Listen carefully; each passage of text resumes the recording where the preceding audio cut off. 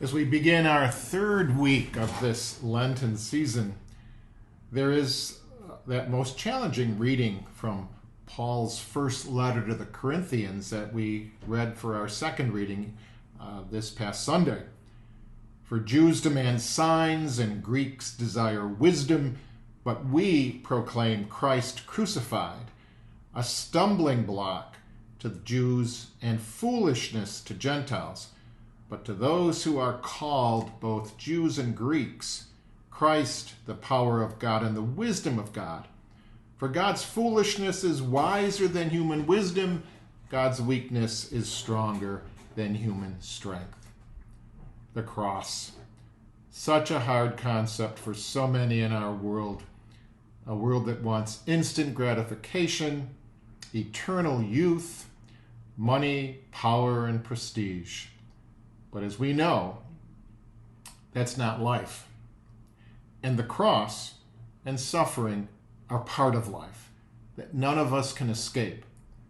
So Paul's words challenge us to reevaluate our understanding of strength and wisdom.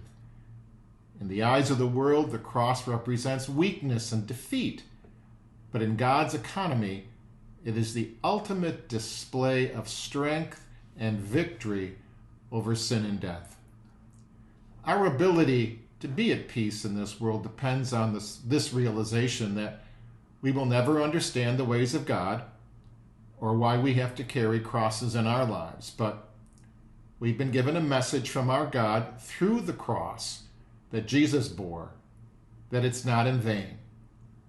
And when we accept this aspect of life, stop fighting it, we do become stronger and more peaceful people.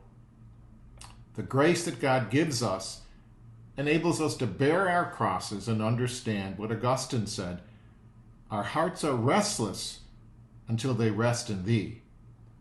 So let us during this Lenten season reflect on our crosses that we carry, and we all do, and ask ourselves, do they lead us to bitterness and despair, or do they lead us closer to God and allow us to have a much more peaceful life?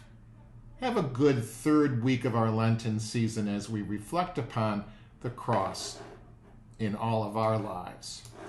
Be at peace.